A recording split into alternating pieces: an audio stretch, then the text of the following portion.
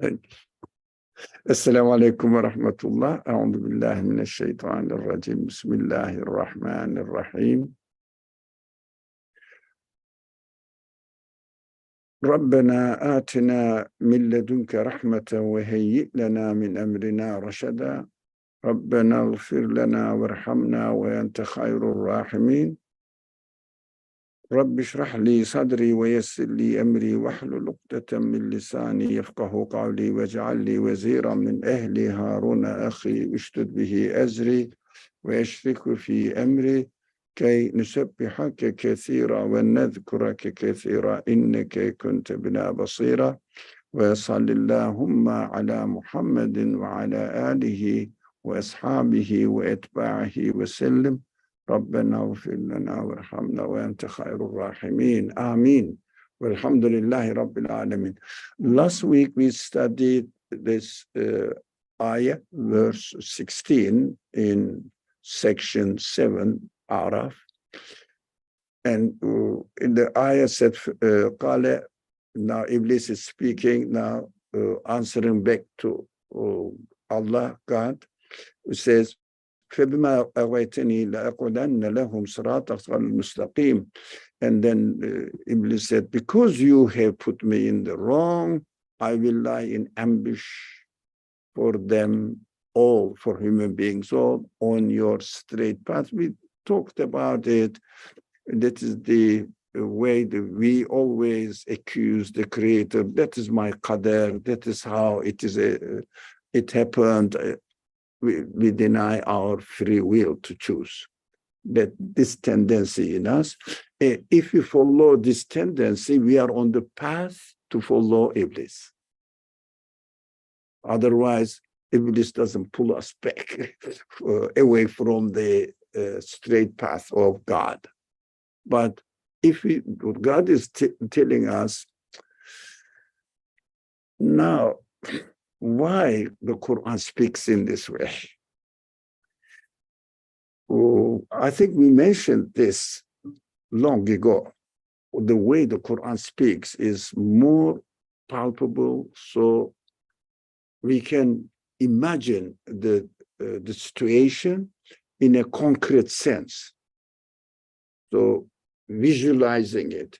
This is a way of wonderful and successful literature. If we read these classical novels, we see that every idea or any morality or immorality are represented by some people's actions.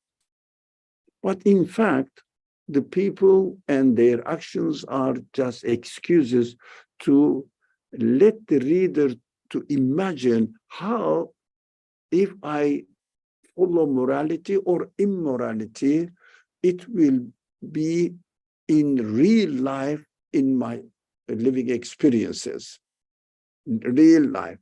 But of course, when they talk about this person did this, the other person, for example, responded back, reacted back in this way, their aim is to teach the ideas, the abstract notions, not say that this person did this.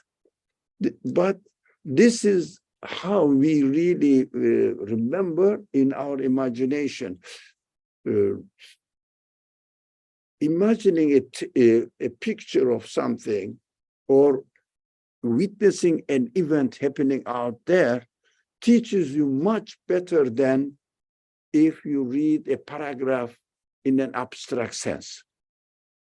Abstract sense is just idea, but seeing or imagining the event in a physical form, that is why Quran speaks in this way. So Quran says, Iblis will lie in ambush. It means really wait for us. Whenever we are weak, attack us. I see no one is really attacking me. What is he talking about? That's the way of the Quran teaches. That is why in most of the cases, apart from fiqh-related verses, these are exceptions. In most of the cases, to read the Quran literally, not try to understand what it really means beyond its literal meaning, then we cannot understand the Quran. We cannot benefit from the Quran. For example, it's very dangerous to understand it literally. Iblis will lie in ambush for me on Allah's straight path, and he will deviate me. We just mentioned this. What shall I do? He will deviate, or he will really pursue me to do wrong way. How can I really save myself from it? Because he is going to influence me. So it is totally against the mainstream teaching of the Quran, because Quran says everybody is responsible for his own choices. I cannot really be blamed because somebody pushed me to another way, to a way that I didn't want it. It goes against Adalah, justice of God, and I am not responsible. It makes me irresponsible of my choices because somebody is really pushing me. Do we see the point? No or yes? No. If I read this text, I should not be blamed at all, because Iblis is deviating from the right path which goes to Allah, the straight path. But the Quran says, no, everybody is responsible for what he has chosen, what he has done. Is the case clear? So literal meaning, taking the Quran literally and speaking as the Quran speaks literally to people, they will say, okay, we are not responsible. That is how I am, and that is how my Creator made me and put me in this position. Why does he talk that I am going to be rewarded for my good actions with paradise, and I am going to be punished for my bad actions, wrong actions, with hell? Why am I? Because I'm not responsible. That is why we have to understand what it really means as he speaks, as the Quran speaks to me. Right? Is it clear? So I'm a bit allergic when some people start reading the Quran literally and speaks accordingly. But the Quran doesn't mean that. So let's go. We studied this subject, that's why. Now, بسم الله الرحمن الرحيم ثم لآتينهم من بين أيديهم ومن خلفهم وعن أيمانهم وعن شمائلهم ولا تجد أكثرهم شاكرين. So Iblis continues to speak now. I will approach them, it means I will approach you and me, from their front, from their back, their right, their left, and then you will find most of them ungrateful. So if I again read this verse literally, I will say that shows the success of devil, nothing to do with me, because he is pulling me from everywhere. So I have no freedom to choose to escape, because he is employed in this way. So we have to understand this. First of all, from every aspect. What does it mean, every aspect? Of course, literally, we all know that nobody is really coming and pushing us from front, from back, from right and left. Do you feel that? You are free. People are free. They can go and pray, or they may not pray. They may confirm that they have a creator, but they may deny that. They are free. We have to also appreciate that this freedom uh, gives me the opportunity to make a free choice and take the responsibility of my choices. Otherwise, I'm not responsible. It looks like I will not be responsible for my choices. So I have to think that, no, since there is nothing really pushing me, pulling me this way or that way, since I am free to choose, I make my choices freely. What does it mean then? What does the verse, the ayah, try to teach me? So every possibility, every way that I have my choices, I have to remember my right side. For example, let me say this. My aim, front. Let's start from front. Min bayne eydihim. What am I aiming at?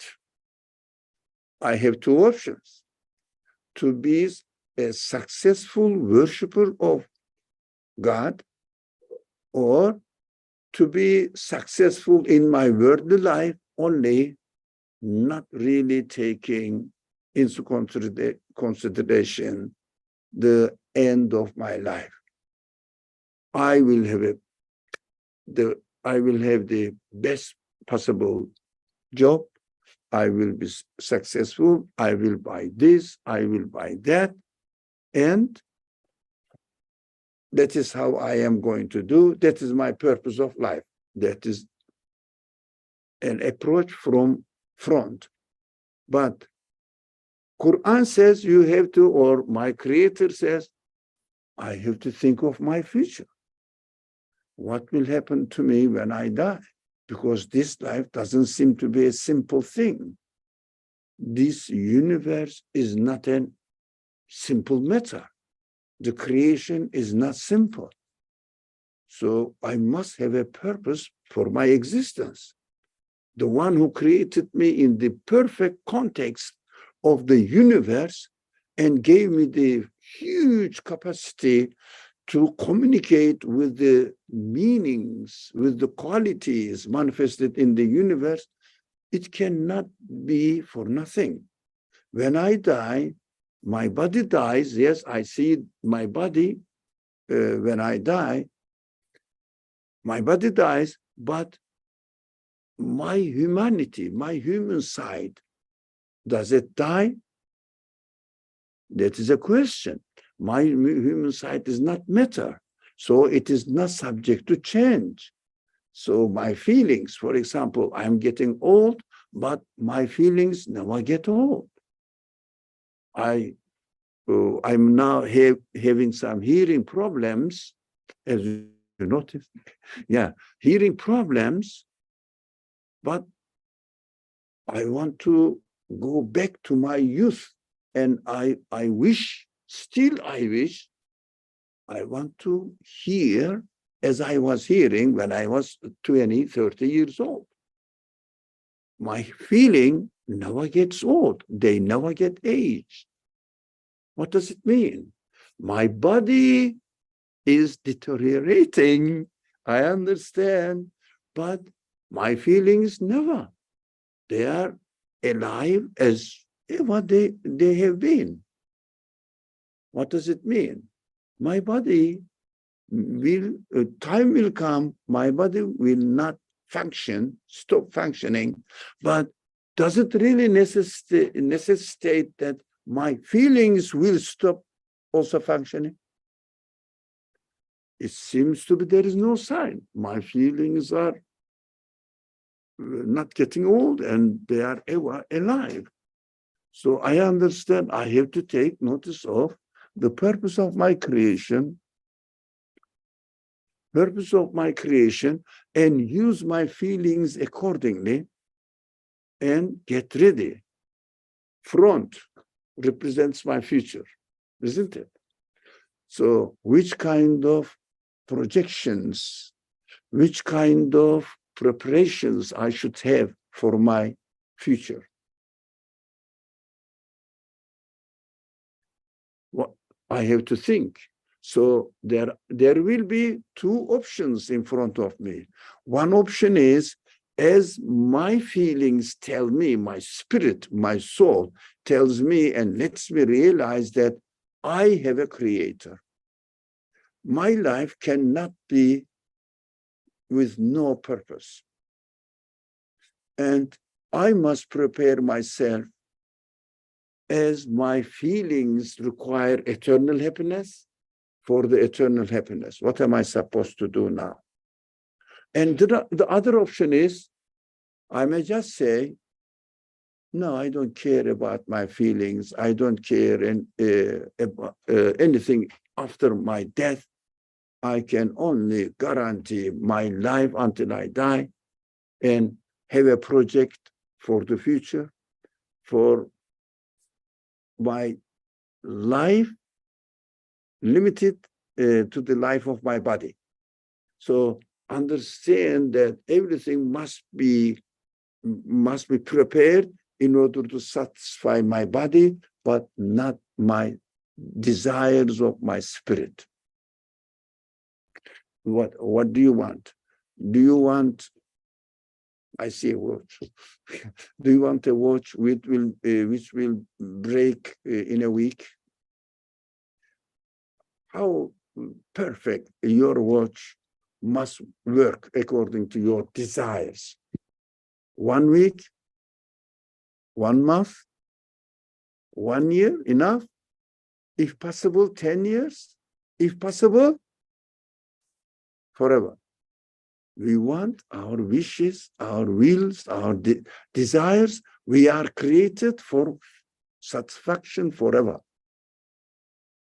Everything. Do you want a friend that will be loyal to you for a year and then betray you? Do you? Never, I don't. For 10 years and then betray you? Somebody is accompanying you and at the end will kill you.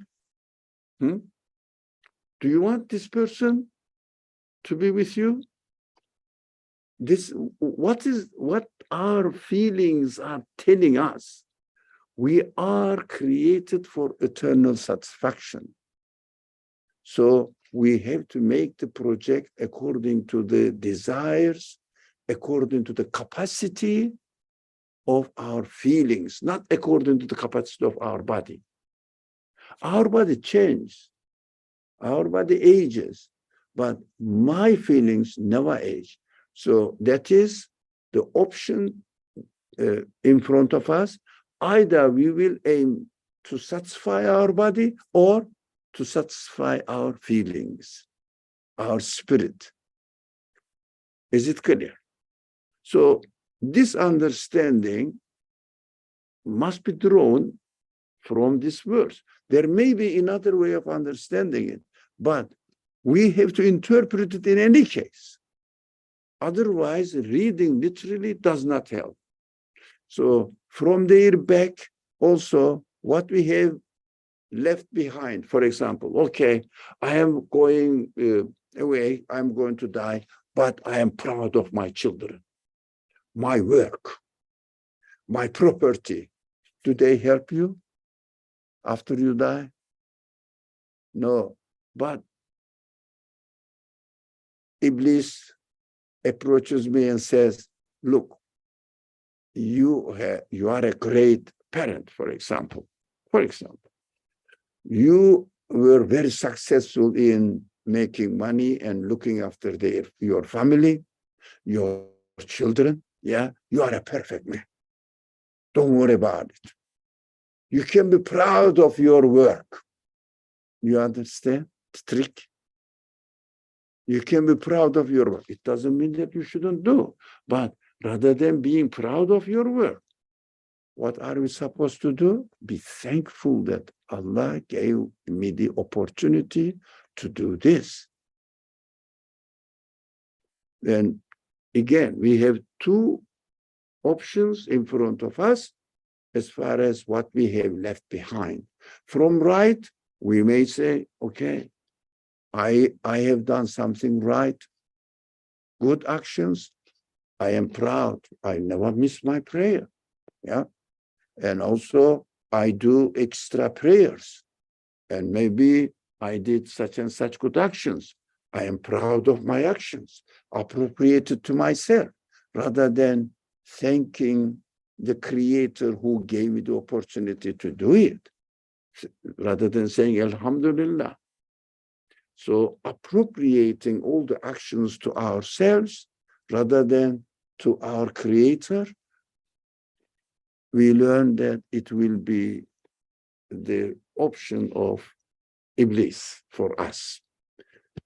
And the left, I may say, oh, but that is one way of understanding it and relating to our life. This verse, when Iblis approaches us from left, I haven't prayed for many years. But Iblis says, yes, you didn't, but you know you have excuses. You have reason because you were busy to look after your family. You didn't have time.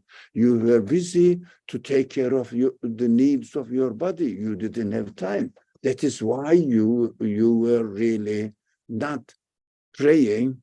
So don't worry about it. You are a good man. Find out the excuses for our wrong actions, not to ask for forgiveness. Example.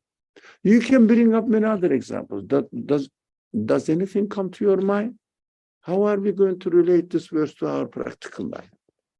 Anybody who has any other option of understanding it? As long as the interpretation, understanding goes along with the main teachings of the Qur'an, fundamental teachings of the Qur'an, doesn't contradict the fundamental teachings of the Qur'an, we can relate it to our life.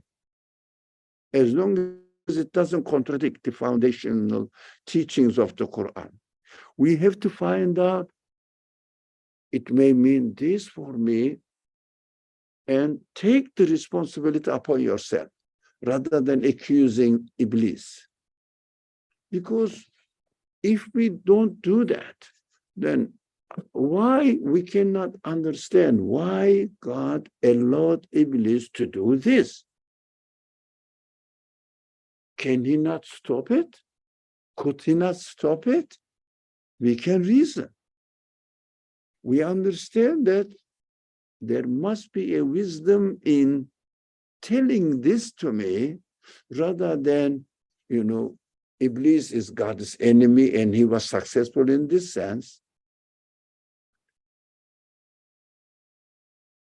He really made his way against God's will. We understand that God willed it in this way so that we will have options. So by choosing the right option, we will develop our human side.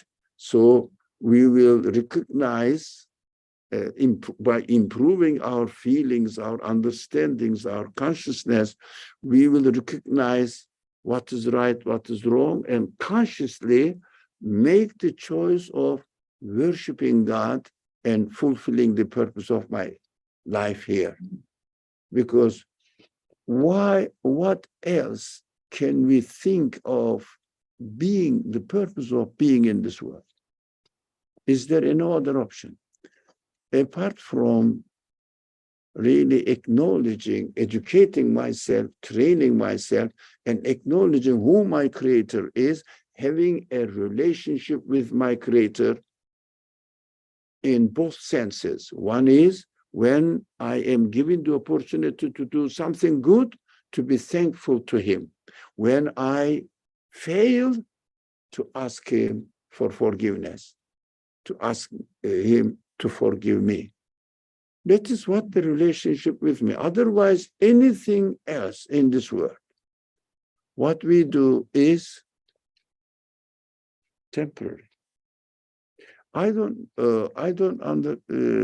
understand how people can live in this world without relating themselves to their Creator and arranging their life accordingly. I am a created being. I have a creator. What am I supposed to do now? So we are given the potentiality to know who my creator is. For example, you can study his action. The universe is his action. So what he did here, what he is doing, the creator of the universe is presenting to me so that I can understand which kind of creator I have, which kind of qualities I have by examining and studying his work. Do we do that? Unfortunately, while we study the creation, the secular sciences never refer to the creator. We have to understand that these things cannot happen by themselves, cannot come into existence by themselves. They need a creator giving existence to them and continuously changing the existence and demonstrating new quality, new manifestations of his qualities in order to introduce himself every moment anew. So our responsibility is to study his creation and find out his qualities manifested in the creation. I am given this ability. Can you not study the universe? Investigate it? You are given the ability. You can study, for example, chemistry, but at the same time, you could have chosen physics, or at the same time, biology, you can. And you can study other human sciences as well, human behavior and psychology of human beings, etc. You can all study these. These are all possible options because I have been given all these abilities, but I use one or two of them. Specialize in one or two subjects, not all at the same time. That means at least in one subject, I have to connect myself to my creator, at least in one way. When I connect myself to my creator, I have to get to know him better and better and better in my specialized area. So any means, anything happens to you and to me. But the best example is food, isn't it? So when we eat something, we have to think, who created it? Yes, I bought it. Yes, I paid for it, but who created it? Why do you think he has created it? We have to ask these questions. Why do you think he has created it? Is there any purpose that he is going to make money or ask for a tax on it? Or he's creating it freely. It is created freely. Why do you think? Why do you think? We have to understand that he is just introducing himself to me. His aim is just to make me feel secure that I have a creator. I am being taken care of. I am given existence by this one who feeds me. He takes care of my needs.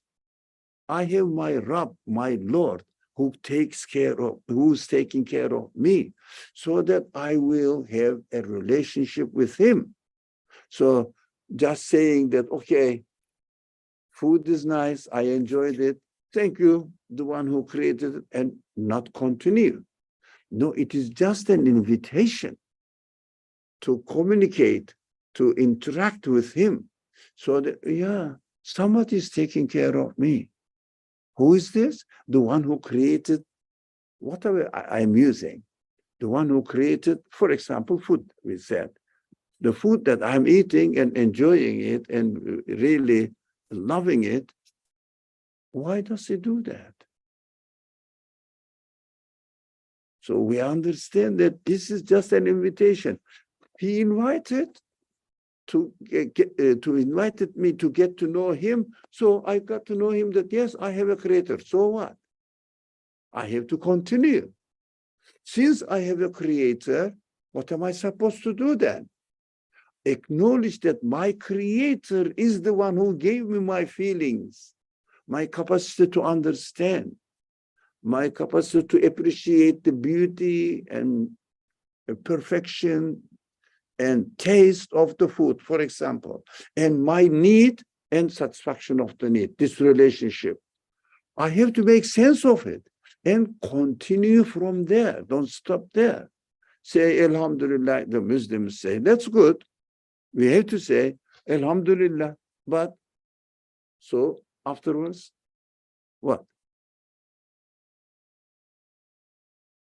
Yeah, we have to continue in our connection with him. That is what we need to do in this world. Always develop our feelings, improve our feelings in order to get to know him better in many ways that God has already provided for us. Not only we are given food, we are given all sorts of needs. Breathing is there, all the things. For example, if anything goes wrong with your clothes, what do? You want it to be perfect. Yeah, that is what we are always after perfection. How about my relationship with my creator? Am I trying to make my relationship with my creator in a perfect way so that I will fully employ my feelings in order to get to know him? Fully employ as much as possible. It must be my aim. Otherwise, just a temporary relationship saying that, okay, there is a school here. I am enrolled with the school. I am in the roster. Okay, that is the beginning. You are told that this is the school. You are a student here. I acknowledge that, yes, but afterwards, if I don't go and attend the classes, what does it mean? If I don't learn, what does it mean? Yes, I accepted that I am a student, that I believe in God, yeah, but did you attend the class? Class what? His classroom, the universe, where he is teaching himself. So anytime we are encountering with anything, I have to try to connect this event to him in order to get him in order to know him better, so that I will really identify my existence, my feelings, all my feelings as his blessings to me. Inshallah, we should, that was why this speech was, why we cannot read this kind of verses in the Quran literally. Otherwise, we will contradict the purpose of the Quran himself. We have to interpret it as much as possible. Any comment, any question? I was thinking of the comment on Instagram. It said similarly in the Jesus teaching. Comment on Instagram. Yes. Similarly in Jesus' teaching, they read it literally. So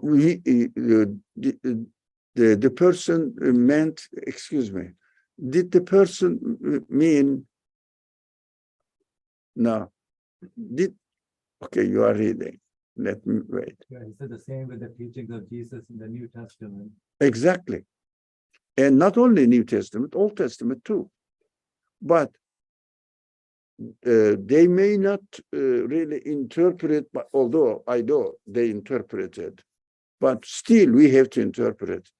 Because if the original of the language is preserved and we have the original language of the Quran. So what we have to do, we have to try to understand and interpret it according to the main teachings of the text. It means the Quran in this case, not to contradict it. For example, God says, I created everything for a purpose, not as a toy. Okay? I cannot really interpret the Quran when it mentions about something, let's say about mentioning about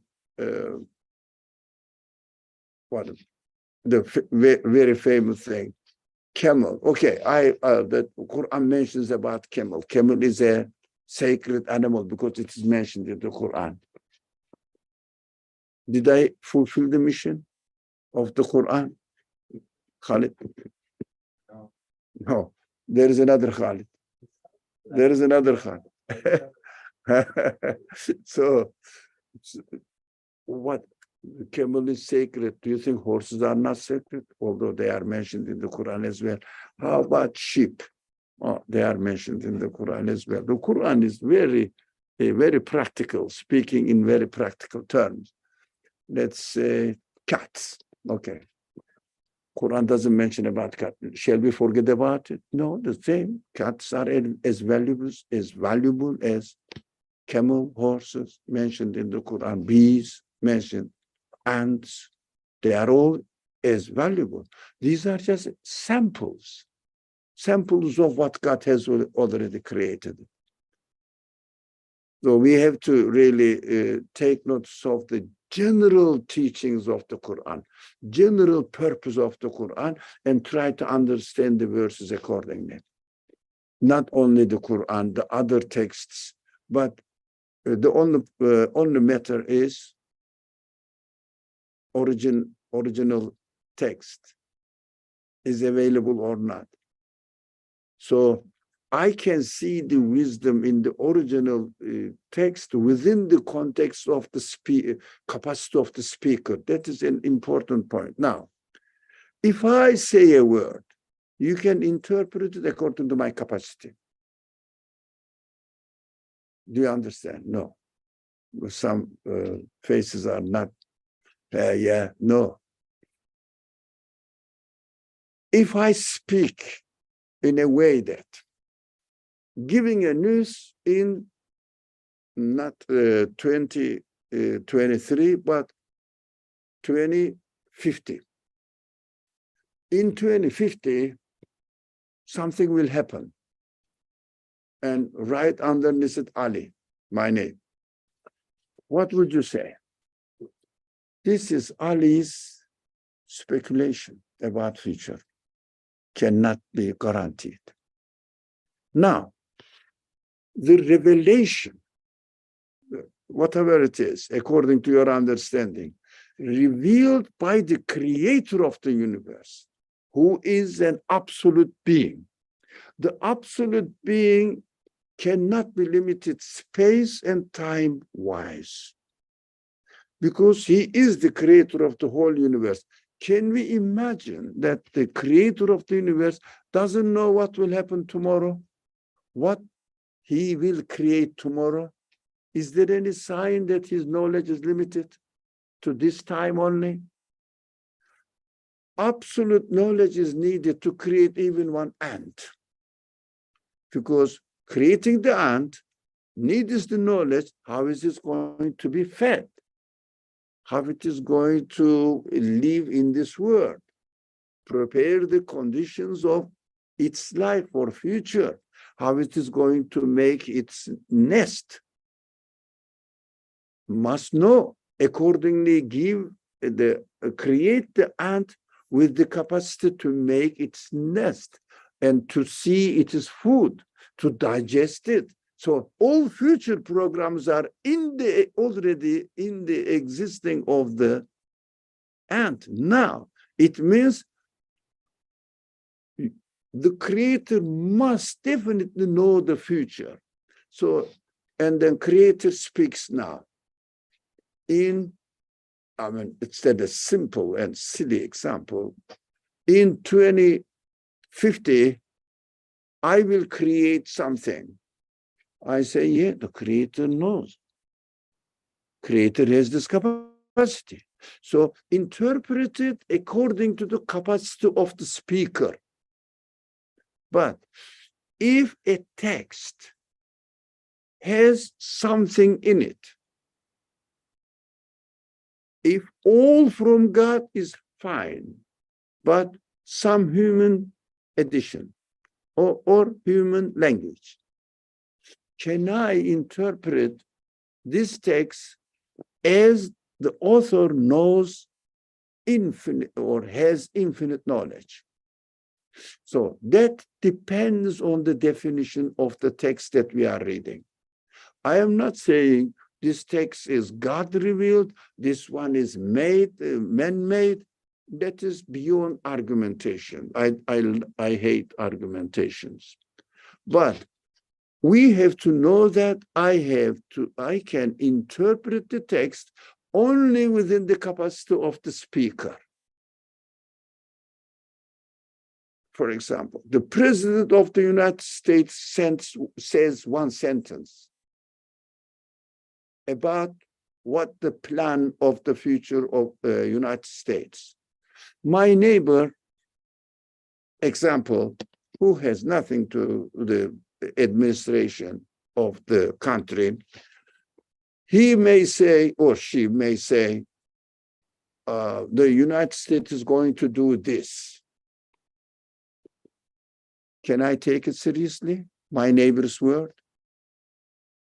Her capacity is nothing. But president's capacity, yes, I take it seriously. That is why we have to understand the Quran according to the capacity of the speaker. If I am convinced that the Quran can only be the speech of the one who created the universe, then I will understand I have to read the Quran within the capacity of its creator. If somebody is convinced about the capacity of the text, which necessitates that it must be said by the creator of the universe, absolute knowledge is there, interpret it accordingly. That is optional, of course. Whoever takes his way. Okay. God said, I'm passing by. Do you have any comment? Okay. God said, قال اخرج منها مذءوما مدحورا لمن تبعك منهم لأملأن جهنم منكم أجمعين. So very strong language. Come on, this.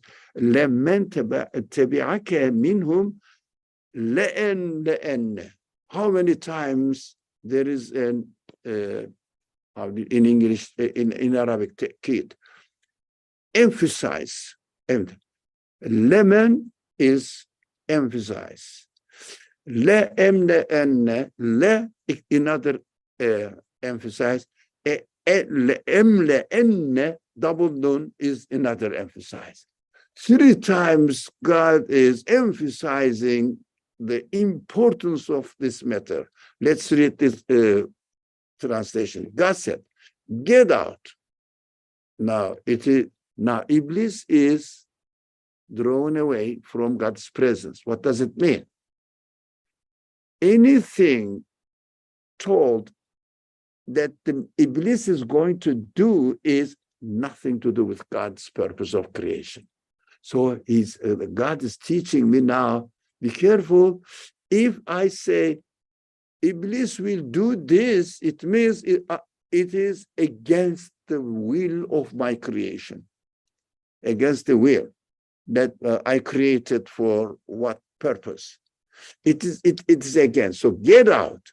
It means if I follow what Iblis represents for me, I will be away from God's presence. It means disconnected with my God. Do you understand? This is too difficult, too complicated. If I follow what Iblis represents in the Quran, I will be the subject of this language. Get out. of my place. It means you are not acting according to my purpose of creation.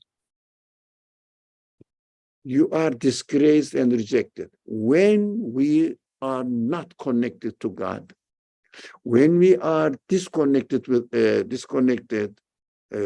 from God, we will find ourselves disgraced and rejected. Is it really true? This is what the text says. Is it really true? When you disconnect yourself, do you feel that you are disgraced and rejected from the Creator's presence? How? For example, if you say, I don't believe in God, what happens? If you say, God asked me to do this, but who cares? What happens? Yes? I think words don't matter here. Yeah. It's about how you live. And so it resets the framework for a certain way of living and a certain way of making decisions. And if you follow that framework, you can even say you believe in God. Yeah, I understand. You'll Yeah. be following the example that please. And you could say that you don't believe in God. And you might not feel it right away, but over the course of your lifetime, you'll make decisions with that mentality in mind that will cause you to live far away from God. Exactly. The word is the figure of speech. So it is not the language. For example, if you feel that you are not created by an absolute being, you are not created by the creator of the universe, the whole universe is a gift from a creator. If you don't think of it and live in this world as if here I am, accidentally happened to be here, and I am just eating, making my life, trying to enjoy myself, well, how do you feel? Do you feel secure in your existence? That luckily I exist. Do you feel secure in your future? Yeah, I am healthy now, but can you get rid of this reality in your mind, in your consciousness that you are going to lose everything one day? Can you get out of it? As you are piling up, enjoying your day to day, it passes. What is left with you? Can you get it back? Did you like your life yesterday? Let's say yes. Okay, good. Where is it now? Gone. But when you disconnect yourself from the absolute creator, you are miserable. You had a wonderful life yesterday. It is gone. You lost. Today, why are you trying to have a wonderful life? It will go again. The life becomes meaningless. Don't you feel miserable? That's our reality. But we turn blind to it. We don't want to remember it. So I am enjoying myself. Yesterday, I enjoyed myself. It was wonderful. And I will enjoy myself today. But my consciousness continuously reminds me, yes, you enjoyed yesterday. It is gone. You are trying to enjoy yours today. It will come again. It will have no meaning, and you will be left with nothing. If disgraced and rejected is not this, what is worse? Your whole life become meaningless. Something like, I like this example, and on several occasions I repeated this, something like eating honey with poison. Poisonous honey. Honey is sweet, but in it there is poison. What is that? I am going to enjoy my life today. Sweet, but poison is in it. It will go and you won't get it back. it 100% contradicts the human expectations of satisfaction. That is disgrace, that is rejection from what we are expected to have it. No, you are not going to have it. As God says, okay, if you deny me in your life, you will experience only disgrace and rejected from your Creator. It means you will never enjoy your life. But you may pretend what people do. But I don't know. Yes, Khalid, just a minute. Just one sentence, and I will leave the mic to you. I don't know. People seem to be very happy. I had some experience in my life.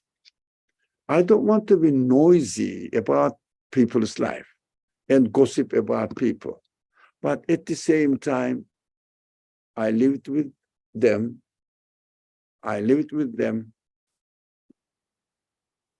Their private life is horrible. They cannot enjoy. They have to drink. They have to do sort of crazy things, drug addictions. At night, they suffer. In the morning, take a shower, put nice dress and a nice tie, very matching clothes, and come saying, good morning, good morning. At night, he was really suffering. Why? At night, it is time to think what I have done, what I have gained, and what is left with me. Yes, I have money. And consciousness says, shh, everything you will have will be lost. You will lose when you are gone. What kind of pleasure you can take from it? Yes, Khalid, it is obvious, isn't it? So this verse is saying, Iblis get out. It means when we follow the way represented by Iblis, we will be out from enjoying God's presence in our life. Yes, Khalid. I was going to say, I didn't start practicing until I was 26. And so before that, I know the experience of the wisdom. And you wake up at like 2 o'clock in the morning or 3 o'clock in the morning, and you ask yourself, what was the point? And I find when I speak to a lot of atheists and people who are agnostic and people who don't have any close relationship with God, even if they claim to be religious, they all ask that question at 2 in the morning, right? What was the point? And it's not just what was the point of the good thing, it's what was the point of the painful things. Why did I have to go through that? So in your life, did you really experience that? Oh, this verse is not exaggerating. No, it's kind of like a hell on earth before you face the real. That's human reality, isn't it? Yeah.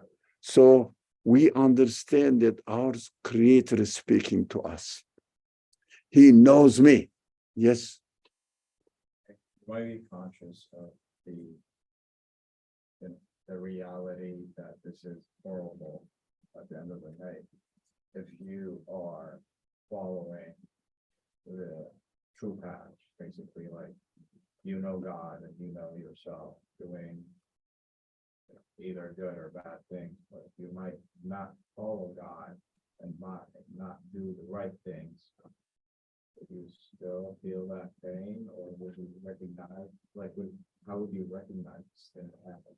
Let me give very good, very practical comment, very practical questions. Let's take a simple example, very simple example. You are a student in a school, and you know that you have to attend the class. You have to do your assignments. You are aware, and you are perfectly aware that you are a student, you have a responsibility, but you are not doing it. How do you feel? Miserable, isn't it? Contradiction within yourself. I should have, I should have, I shouldn't have. Lots of shouldn't thoughts. It goes against human nature. But at least you are aware that you are in school. So this disturbs you. This is a blessing. This feeling is a blessing if you accept that you are a student in the school of the universe, and the owner of the universe is providing you free classes. It gives giving you the beautiful experience of any kind of wonderful creation. This is the class we have to take lesson from. At least you are acknowledging that you are a student, so that it disturbs you. This feeling of disturbance is a blessing. It's a warning from your Creator that something is going on wrong in your life, in my life. So we have to be thankful to the Creator for reminding me that what I have been doing is wrong. Those people may be in the school, but they don't think they are in the school. They just say that, okay, we happen to be here. These are the people who will not receive any reminder because they totally closed their door. So that the worst situation is their choice. So we have to be thankful at least that we are disturbed when we take the wrong option. We have to be thankful. Okay. So we will understand the following of the sentence now. I will certainly fill up hell with you and your followers all together. It means filling up hell with people. What does it mean? So what do you understand from hell? Now, after I die, I will be rewarded with paradise or punished with hell. That is after I die.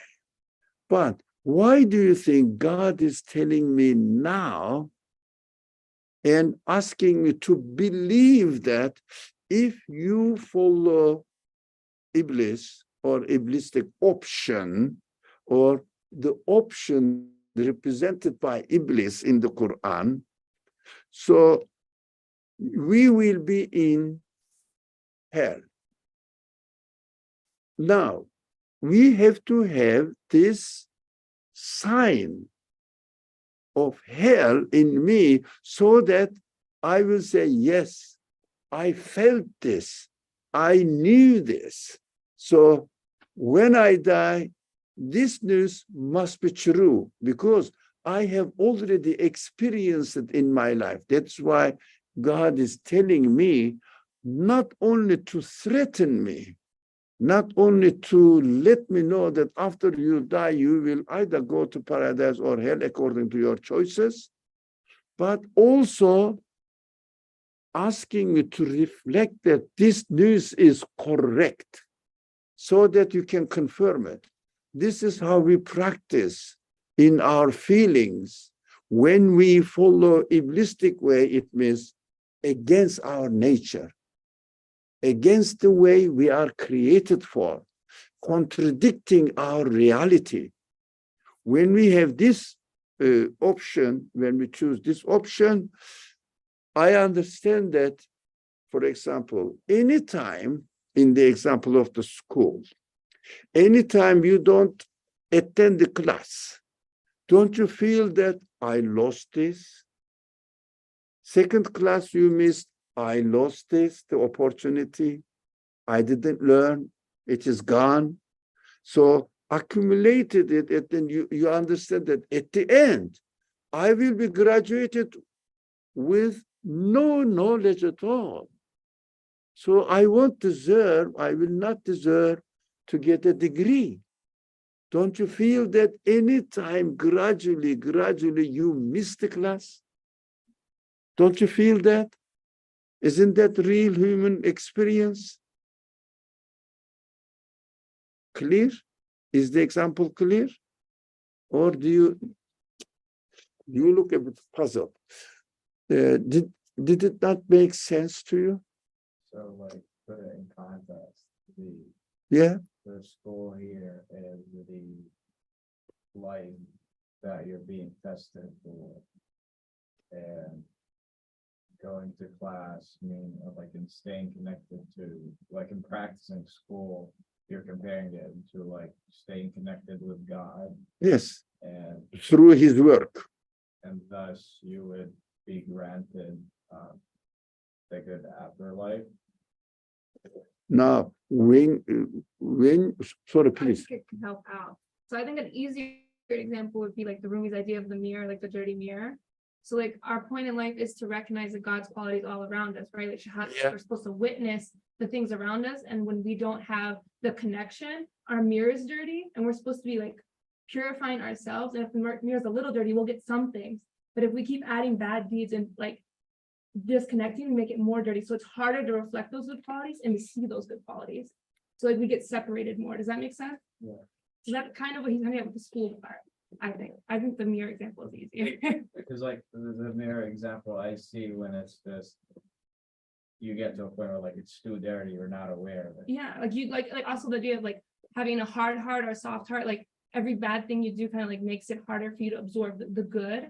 So like people who have a soft heart can recognize things more easily, they're more sensitive. And like once like I know at least when I was an atheist and stuff, like you just like you see the bad on, you're like, oh, like what's the point? Like children die, these people die, everybody dies, you know, you're just kind of dead to those expressions. And then people who are more, I don't want to say religious, but more like aware or like more like spiritual will be upset about those things, but also understand like there's a purpose. Like they'll see the good in the bad. So like if a mom, you might say like, oh, my mom broke my arm. That sounds horrible, right? But what if your mom pulled you out in front of like from getting hit from a car? So like just because something bad happened to you doesn't mean like something worse couldn't have happened.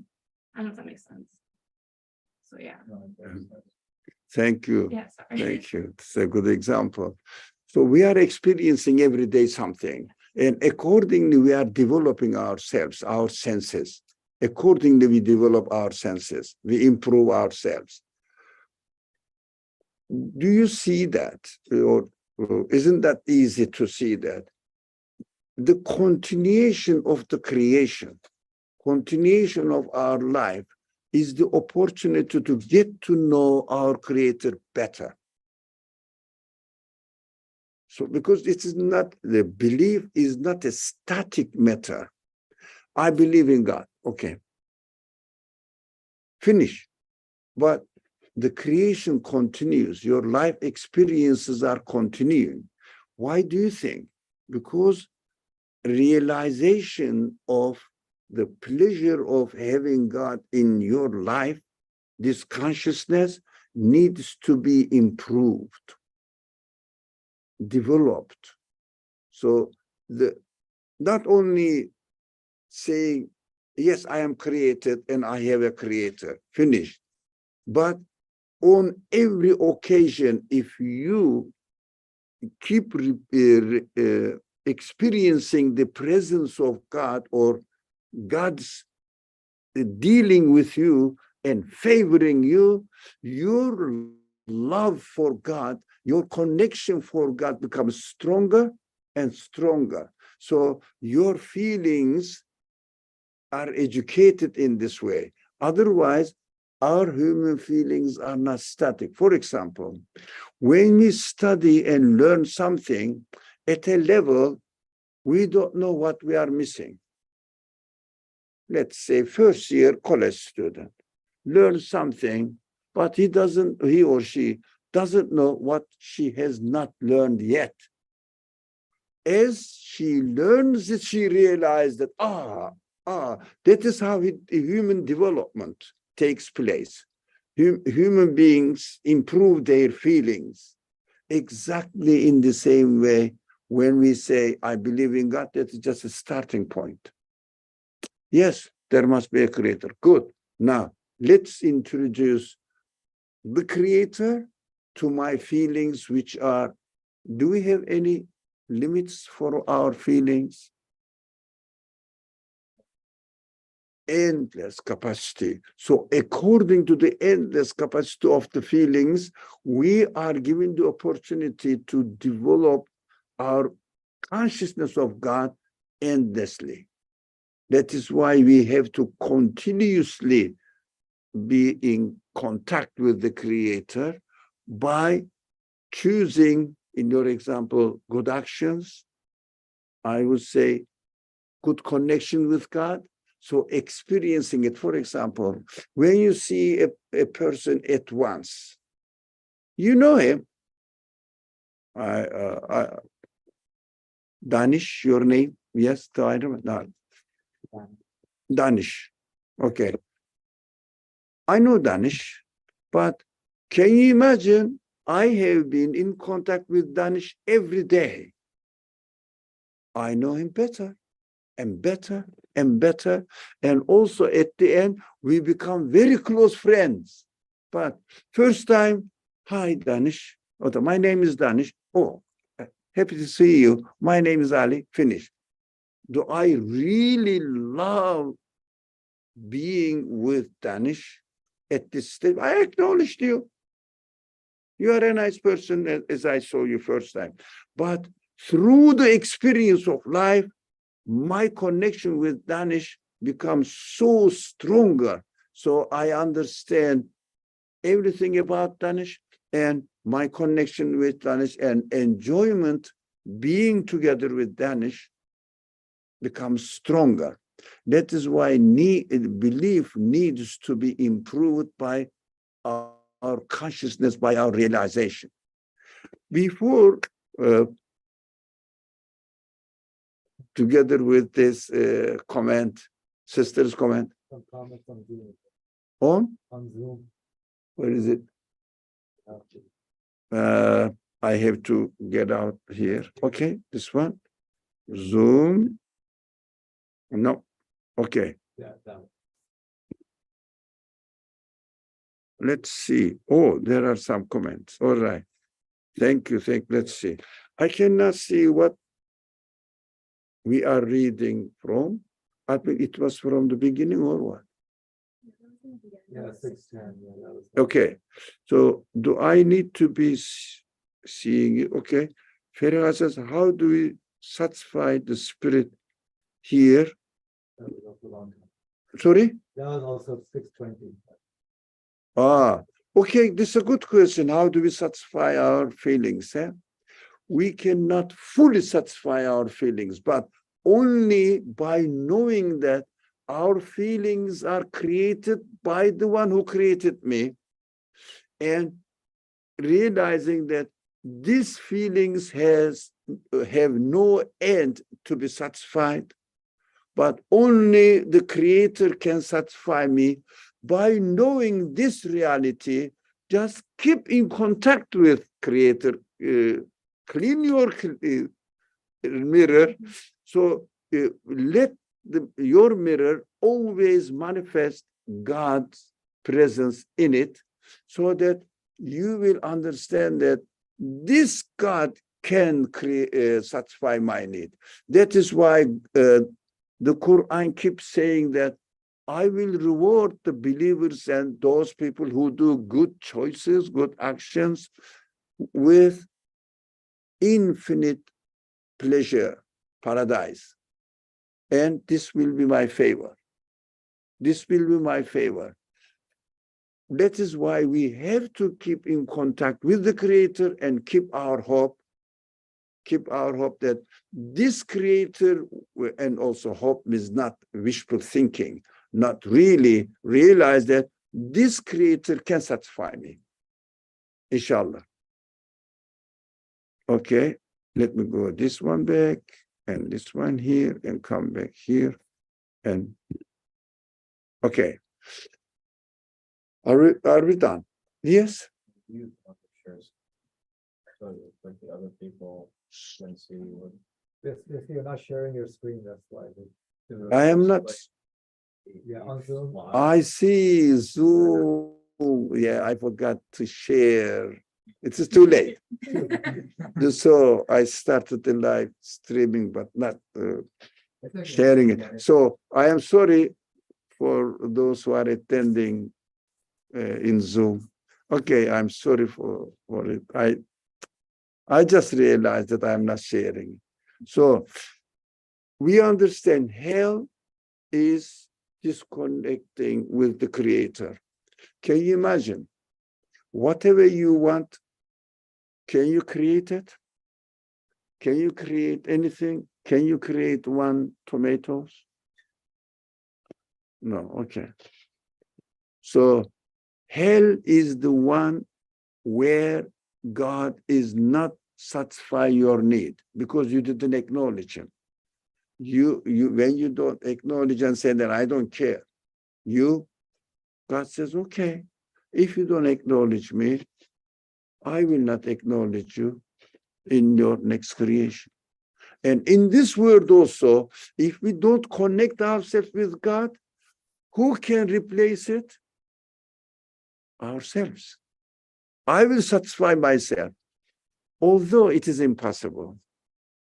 You can buy the food, but you satisfy yourself again with what God created for you. In this world, everything is really under the control of God. But in hell, God will say, okay, I'm not going to satisfy you. Find out a way to satisfy yourself. Okay, what do you want? Air, create it.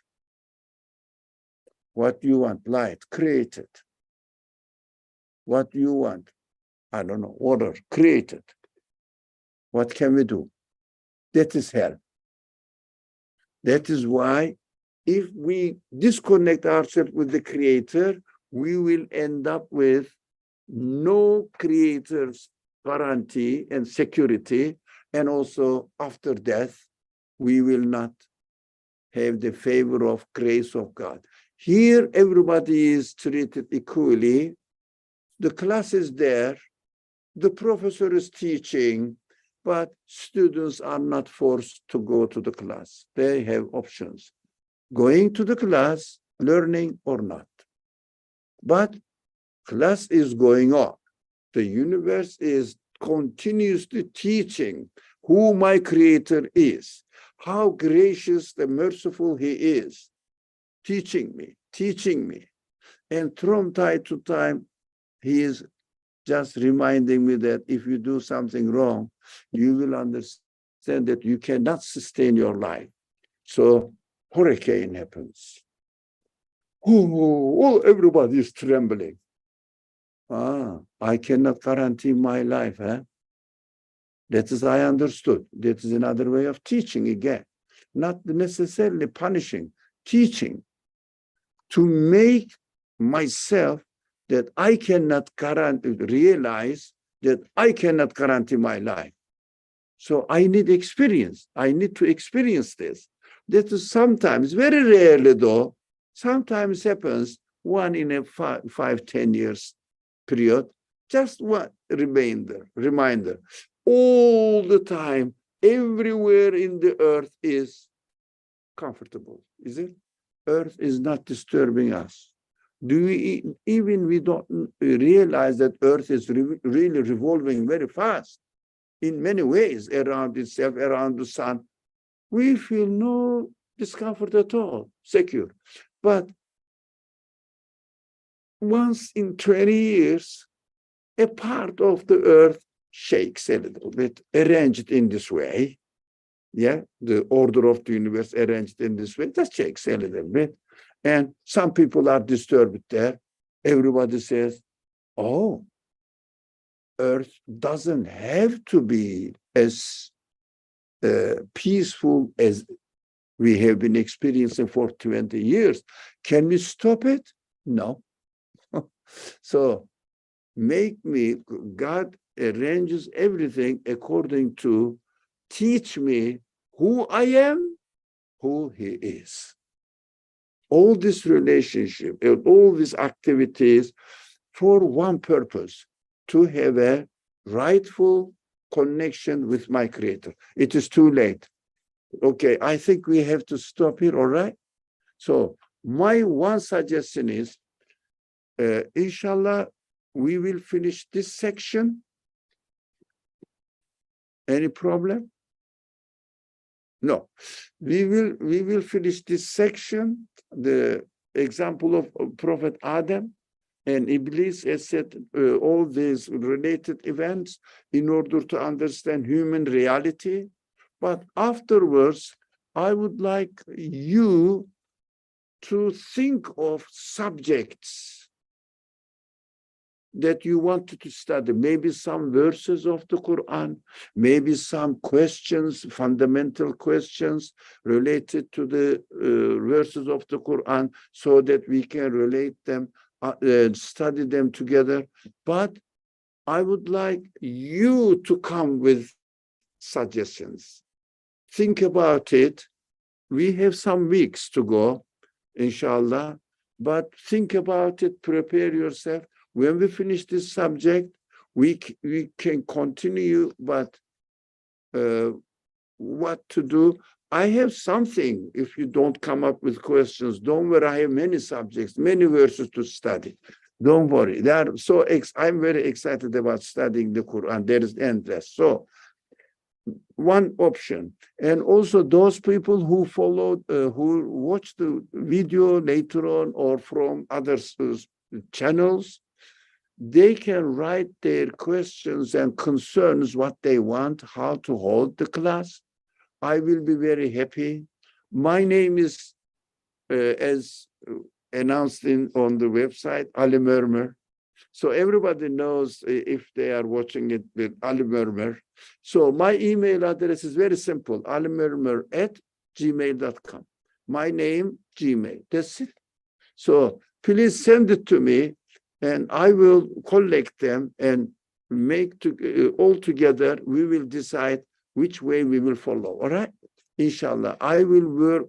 I prefer to work with you, not only what I have in my mind, but you may have other options to offer. I am open to this. Bismillah ar-Rahman ar-Rahim. Subhanaka. Next week, we're going to be in a different room, inshallah. Yeah, next week in a different room. This week, the Majlis changed. Yeah. Majlis program changed. That's why Yeah. we are still here. For 1 week, we will be in a different room, inshallah, next week. Most likely 475, 475. which is on the other end. It is on the same level. Yeah, just when you get off the elevator, it's Left, not right. not right. But with this place is on the right, but it's on the left. 475. Yes, obviously, it's a huge place. Yes. It is much more than what they need. Alhamdulillah. Alhamdulillah. Bismillah ar-Rahman ar-Rahim. But you will announce it. Yes. Bismillah ar-Rahman ar-Rahim. Subhanaka la ilma lana illa ma 'allamtana innaka antal alimul hakim. Wa akhiru da'wahum and alhamdulillahi rabbil alamin. Thank you for joining. I'm very happy to see you here.